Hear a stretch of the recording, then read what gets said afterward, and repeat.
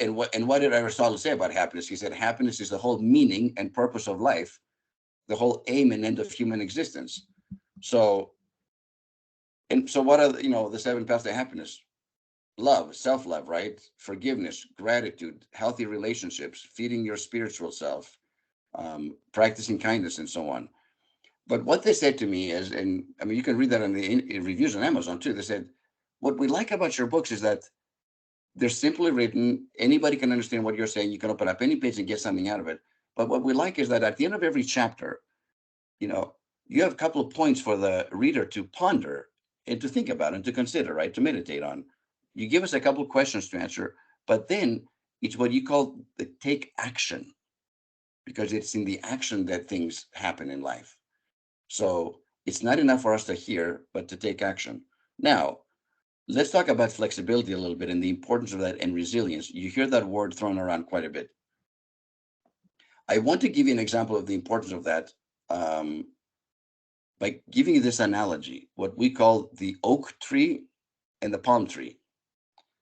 Now, the oak tree is this beautiful, massive, like strong, powerful tree that's been around for 100 years. But at the peak of the storm, the peak of a cyclone, if there's enough rain and enough saturation on the ground and enough wind, guess what happens to these massive, beautiful oak trees? They come crashing down on people, cars, homes, and so on. That's what happens to oak trees, right?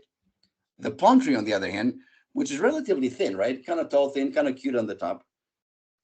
At the peak of the cyclone, at the peak of the storm, it bends. And I want you to think about now the storms of life. This is symbolic, right? The palm tree sometimes will bend at the very peak, like, of the storm, sometimes bends parallel to the ground almost. But because it's flexible, when the storm passes, guess what happens? The palm tree raises up again and survives. And not only survives, but it's actually stronger than it was before the storm because its roots had to dig down deep to hold on for dear life during the storm. So, why am I sharing this? And as I've shared this around the globe, people said, Doctor, really, we love that story. It's really cute. The palm tree cute survives, the oak tree falls down, and so on. It's a very nice visual, right? I can remember that. But what does an oak tree sound like in human terms? I'm like, an oak tree sounds like this. Well, this is the way I've done things for the last 40 years. I'm not going to change now. This is who I am. And they stay stuck and immovable in some ways. Well, guess what? In this pandemic and post pandemic and next normal world, people and organizations who are like that are going to fall behind. Only the flexible, the agile, um, the resilient are going to be successful. So just because you did something business as usual in the past and it worked, well, guess what? No longer works now. So organizations and individuals have to find a different way to be flexible. So the flexibility, like I shared before with you, all my talks got canceled. I was flexible enough to pivot and to become a navigator and write a book. And here's the funny thing. In 2020, the last 12 months, I have spoken in front of more people than I ever have in my entire life as an international public speaker. Obviously, this happened here on the camera. It wasn't the same, but I've probably spoke in front of 40 to 50,000 people. And that wouldn't have happened if I wasn't practicing flexibility. What if I said, well, you know what? I'm an international keynote speaker. I only speak in front of live audiences. I'm not going to speak to anybody in here. I wouldn't have spoken to anybody. The message would not have gotten out. So challenges will happen in life. How we face those challenges are entirely up to us. Do we practice great self-care? Are we flexible and adaptable? Do we have a positive attitude? Are we prepared for, and do we take action? Do we take initiative? These are some of the things, the six keys to navigating a crisis. Now let me get to the last one, which has to do with kindness. So we begin with practicing self-care and we end with being kind to other people. Why is that important? We all know that happy people, by their own nature, perform acts of kindness all the time because their batteries are full. It's easy for them to do it. On the flip side, when you are kind and you perform an act of service to somebody else, there's something that happens to us innately as human beings and we feel better about ourselves. So if you're down for whatever reason, go and do something for somebody else and help them out and notice what happens to you and to your mood. So as I've shared this message, for the most part, asking people to be kind and to give because there's so much need around us. For the most part, people have been pretty positive. But I've had a good 10% who have said to me, "Are you serious?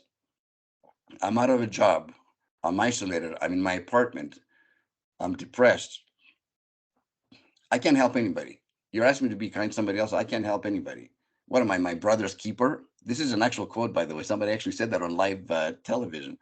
And I'm like, "No, you're not your brother's keeper. You're your sister's keeper and your mother's keeper and your neighbor's keeper and the homeless person down the street or somebody that lives in another country 10,000 miles away, because we're all connected as brothers and sisters. And therefore, go and help somebody else out, because if you can hear the sound of my voice, I promise you, you're better off than somebody else. If you're actually listening to this from all over the world, you are better off than somebody else in your neighborhood. I guarantee it. So that has taken, pretty much like 90% of the people complaining they don't want to do kind things, like, "Oh, okay, I understand what you're saying. I guess you're right," kind of reluctant like that. But even after that, I've had people say, "Okay, well, I understand that how important kindness is, but I'm isolated in my apartment. I haven't seen anybody. I can't help anybody."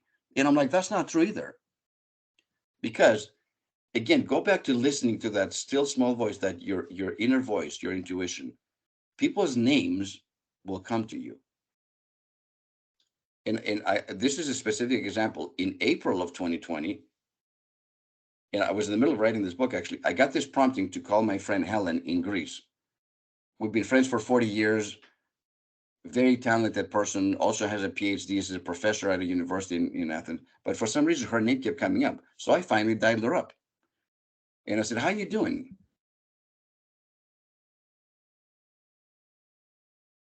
Moved out of my place. I'm in an apartment all by myself. I got pretty severe asthma. I can't be around anybody, including my kids. And, I'm going to be isolating for the next 30 days or so until, things improve or whatever. Remember, this is before vaccinations. This is like the very beginning of the pandemic. And she says to me, "Have you ever been so alone that you have not talked to or seen another human beings for 10 days?" And I really had to think about it. I'm like, I don't think that's ever happened to me. He goes, "You know how hard it is? I have nobody. And I'm so grateful that you called." So I made a promise to her. I said, "Hey, I'm going to start checking up on you every week just to make sure you're okay." And by week 2 or 3, actually, she had found her routine and she was able to start practicing self-care on her own, which was good. Why did I share this story? Because even if you're isolated, if you get that prompting that somebody's name comes up, please reach out to them.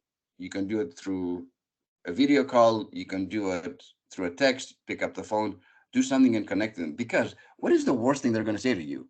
It's like, "Elia, why are you calling me?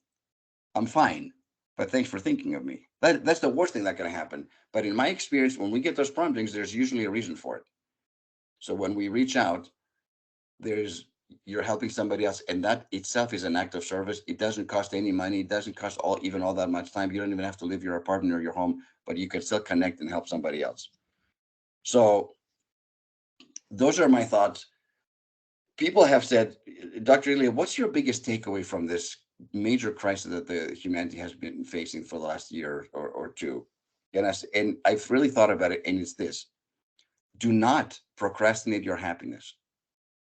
Meaning, don't wait for when, like, well, when this pandemic is over, or when I don't have to wear a mask, or when my kids graduate from school, or when I'm retired, or when I get a raise, or when I move to this place, or when. Forget all the whens. Life is so fragile. I mean, that's been, when you have millions of people that have died, none of us know if we're going to be here next month. None of us. And as a result of that, I think people have began to reevaluate their lives and say, what really matters in my life? What do I really want to do with my life? And you're seeing that all over the place. How can I live a more purposeful life? And many, many, many people, like in the millions, are reevaluating their lives and making some very different choices that they would not have made prior to this pandemic, when we were kind of like on autopilot. I think most people are not on autopilot anymore. They're like consciously and mindfully thinking about what kind of lives they want to have and what kind of lives they want to live. So Having said that, I'm very open to questions. If you have, and thank you for your time. This is my message to you. Thank you, Dr. Elia. Thank you for such an insightful session. I must mention this is one of the best sessions we had till now. So there are a few questions that's been posted to us. So I'll just read it out one by one. First is, how do we deal with the negative self-talks? Yes, you know, the negative self-talk, I got this, kind of funny. That's a very timely question because on Monday I was talking to a dear friend of mine, very spiritual person, in Amsterdam actually, and she's half Indian, from her dad's side, and we talked about negative self-talk because she inspires people too, just like I do. And um, she goes, Dr. Ilya, what I do when I have a negative self-talk? I'm like, no, I tell my mind, stop, bring me a better thought. I'm like, you actually say that? He goes, yes. And I repeat that in my mind, stop, I don't want to hear that, bring me a better thought, because our mind is capable of producing a lot of negative thoughts, but it's also capable of producing very positive thoughts as well. And we need to determine which door we listen to. So if negativity is coming in, press the stop button and say, I need a better thought than that. You can do better than that, to your own mind, which I thought was brilliant. I haven't used it yet because I just got the, she just shared this with me a couple of days ago, but I look forward to having like my first negative thought that comes up and like, go, I need a better thought, and curious to see what happens. So I'm going to try her example. She said it works for her every single time, and try it out. Tell your mind, stop and bring me a better thought, and see what happens. Right, right. So you spoke about positive attitude. So if you are facing negative consequences, like continuous negative consequences, so how is it possible that somebody keep that positive attitude maintained? Now, remember the four personality types that I talked about. Some that has a positive, a negative attitude all the time and is critical. That's the critic, right? It could be. It could also be the victim. Poor me, like they're kind of down. So it's all about me. The world's out to get me, or whatever, right? Or criticizing everybody else. Remember that that's normal to do that. But how long are you going to do it for? 30 minutes, like I suggest, or 30 years, or 30 months, or 30 weeks, or 30 days? I say we do it for 30 minutes, get it out of our system because that's a normal human emotion. I just don't want to be stuck there and then pivot and become a navigator again. So anybody can be a navigator. It's not like I was born a navigator. That's it. No, I go through all these phases. I just don't stay there very long because it's detrimental to my mental, emotional, physical, and spiritual health. So if I need to get out of my system because I'm mad, well, be mad, but don't be mad forever. Just get out of your system and then say, okay, now what can I do about it? And move to and become a navigator. Right. So the next question is, when do you know when to say yes, now we need help from outside, and how to choose the right person for the advice? If I understood right, when do you know that it's time to ask for help? Is that what the question is? Yes, yes, so yes, from somebody else because I'm not able to Yeah, deal with myself yeah. then. I think I think that's a great question, and I think every one of us should have a group of trusted advisors, not necessarily even professional like psychologists or therapists or coaches or that. I mean, although they can be, um, but two or three people that you trust implicitly, that you know that they have your back, that they would always speak truth to you. Um, they would always practice what I call hot communication. HOT. Hot means honest, open, transparent. That these are people that will practice hot communication with you. Will be honest, open, and transparent with you, and that they will be there for you. I think it's not like we need like 100 people like that, but if we have like two or three people like that in our lives, then and there's an understanding. Look, if I need to reach out to you, um, just like with this girl, with my friend Helen in Greece, right? She was like she needed help, and when I reached out to her, she goes, "Yeah, I would love for you to check in with me. I think that would be real," which I did. Um, I think, and this is something that I personally struggle with because it's a lot easier for me. Everybody has always come to me, like for 35 years. Everybody comes to me, like family, extended family, friends, clients, patients, and so on. So for me to ask for help, it doesn't come easy. So I have to be honest about that. But I know there are times in my life where I feel like, man, I can't get out of myself. Like I'm really trying my best. I can't get out. I need an outsider's perspective. Oftentimes it's my wife. now that I have adult kids who are, responsible, I